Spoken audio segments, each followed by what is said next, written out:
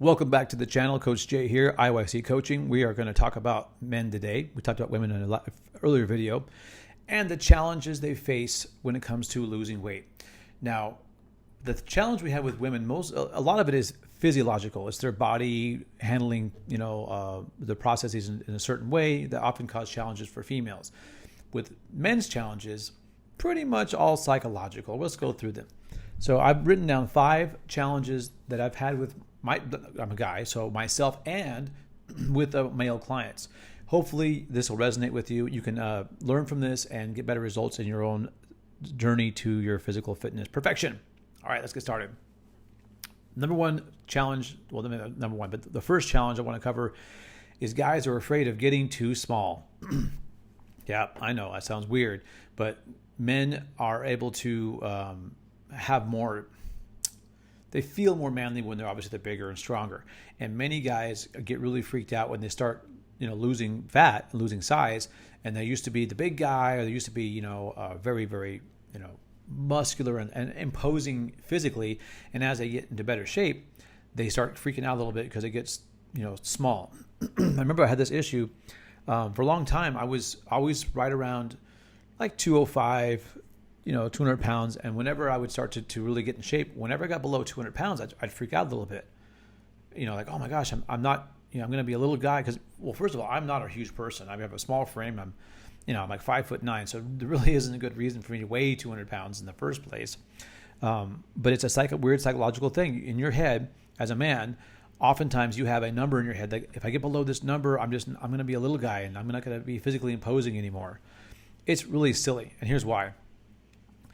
If you are lean and you have decent muscle mass, you're going to look bigger and stronger. So if you look at some of the top bodybuilders, some of these guys are when they're in top shape, they're only 165 pounds, but they look massive because all their weight for the most part is fat free. So psychologically, a lot of guys are afraid of becoming a small dude. Don't let that be you. Another problem that we often have with men is they have a difficulty understanding what an actual portion size is relative to a label of food. And this is a challenge a lot of people have, honestly. Because if I get a food item, I look at the label and go, oh, the amount of calories per serving is 180. If I don't stop and understand that the package actually contains 3 servings, I can very easily overeat. They go, well, it's 180 calories, so not a big deal. So you have to read the labels carefully. This is why you should have a food scale if you don't have one. So if I say, I want you to eat a 6-ounce portion of chicken breast, you can understand, you put on a scale and you understand what 6 ounces of chicken breast looks like. Most people, very poorly, men probably more than women, overestimate the portion size and they think 4 ounces is good, but when their portion size is like really 9. Obviously, it's a significant issue. So understanding portion sizes, very important. Now, the next challenge I often have with male clients, and this is not just me, it's just trainers in general, is like, men they know it all. Like, I already know how to get in shape. I already know how to lift weights. I already know how to diet. I already know how to do cardio. And that creates a barrier to understanding anything new or increasing their knowledge. And the argument always is, well, if you know it all, then why aren't you there? And that could be true with really anything, not just getting in shape. But oftentimes men are very resistant to emptying the cup, as Bruce Lee would say. Empty your cup so you can absorb new knowledge. So if they can learn to do that, they'll be farther ahead. And they might have been wrong all the time. So again, the success comes from doing what you know more than knowing what to do. So don't be a know-it-all. All right, next challenge I often deal with men is that they have a vast underestimation of how much body fat they need to lose to be at their ideal weight.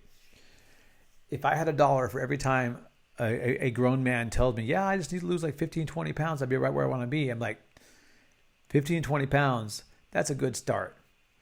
Here's the deal. Most men, not all of them, of course, usually hit their physical peak in their early to mid 20s if they're reasonably active. Now, some people don't even get started till then, so maybe it's different. But so imagine what you were in your physical peak in your let's say you're 24. That's kind of the ballpark. And then say you weigh 180 pounds. Well, if you are now 230, you are definitely 40 pounds over that. So they go, well, coach, I'm more muscular now. So let's do the math on this. I'm mathematically oriented, so if you don't like math, I apologize. But here we go. Let's say your peak as a young man was 180 pounds, and you're now 230. And let's assume over the last 5, 10, 15, 20 years, you've gained 10 pounds of muscle mass.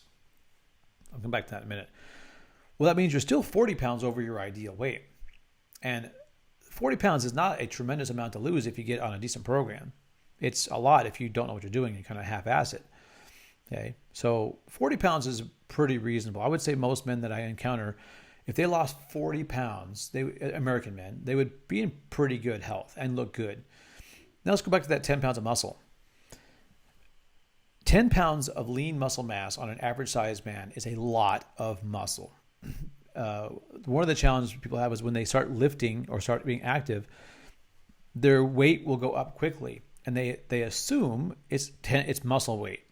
Well, it might be a little bit, but oftentimes it's really an increased glycogen uptake because now they're using the muscles and they're actually burning glycogen, which creates a demand for it. And glycogen is stored with water. So a lot of that weight that they put on isn't really actual muscle with the myosin and actin filaments. It's just a lot of water. Consequently, this is also why a lot of people will often lose a good amount of weight on a super calorie restriction diet in the first few weeks because that glycogen is no longer being stored and therefore it's eliminated with the water. So, but I will tell you guys, women tend to be very, very fixated on how much weight they weigh and what they should weigh, and they're not always accurate, but they're very aware of it. Men are really not. Let's say you're 6 feet tall, which is way taller than an average guy. I know a lot of people think 6 feet is very normal. It's not. It's way taller than average. If you're 6 feet tall and you're more than like 210 pounds and you're not massively muscular, and I mean massive, then you're probably overweight. Doesn't mean you're necessarily obese, but you could definitely trim down. So just to put things in perspective. I know guys don't want to hear that because they want to just think, 15, 20 pounds, I'm good. Well, it's a good start. All right, let's move on. Now, this one's a biggie. This is actually for men and women, but I think men are probably worse at this. Is when they're trying to lose weight, they drastically overvalue the effect of exercise in their program.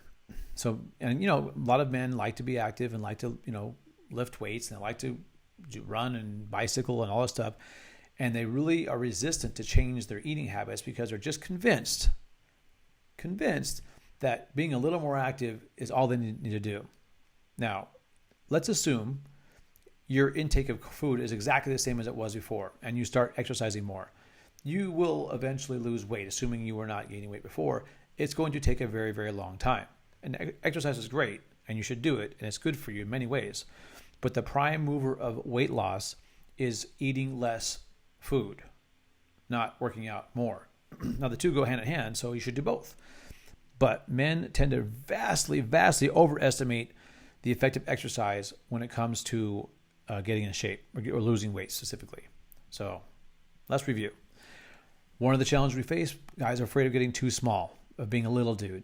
Nobody wants to be a little dude. I get it. Next one we have a challenge with is they really don't understand portion sizing. They're usually way off in their estimations. And of course, a lot of guys are know-it-alls. They don't really need help. They just sign up for a trainer. Who knows why? Maybe the wife made them do it. And a lot of them, I would say the vast majority of men I've worked with over the years, grown men, I mean men over the age of 30, and not young guys are a little bit better with this, they really, really are underestimating how much body fat they need to lose to get to where they want to be, to where they feel their best. And many men tend to really overestimate the effect of exercise on a weight loss program. So those are 5 obstacles men really have challenges with. In my experience as a trainer of 25, 30 years, and obviously other trainers as well. So it's again, and most of these are, men being more muscular and having more mass, definitely have an easier time losing body fat than women. It's just science. It may not be fair, but it is what it is. But these 5 elements that I go over today are really largely psychological. So it's good or bad depending on how you look at it. If you have the ability to empty your cup and absorb knowledge and reframe your mindset, you're going to be amazingly successful. But if you're going to be stubborn and obstinate and think you know it all, you're really going to struggle. All right. So hope that was helpful to you guys. It's Coach Jay. If you like this kind of content, please subscribe to the channel. Hit the like button on this video. And I will be back next time, and I will do my best to make you happier, healthier, and harder to kill.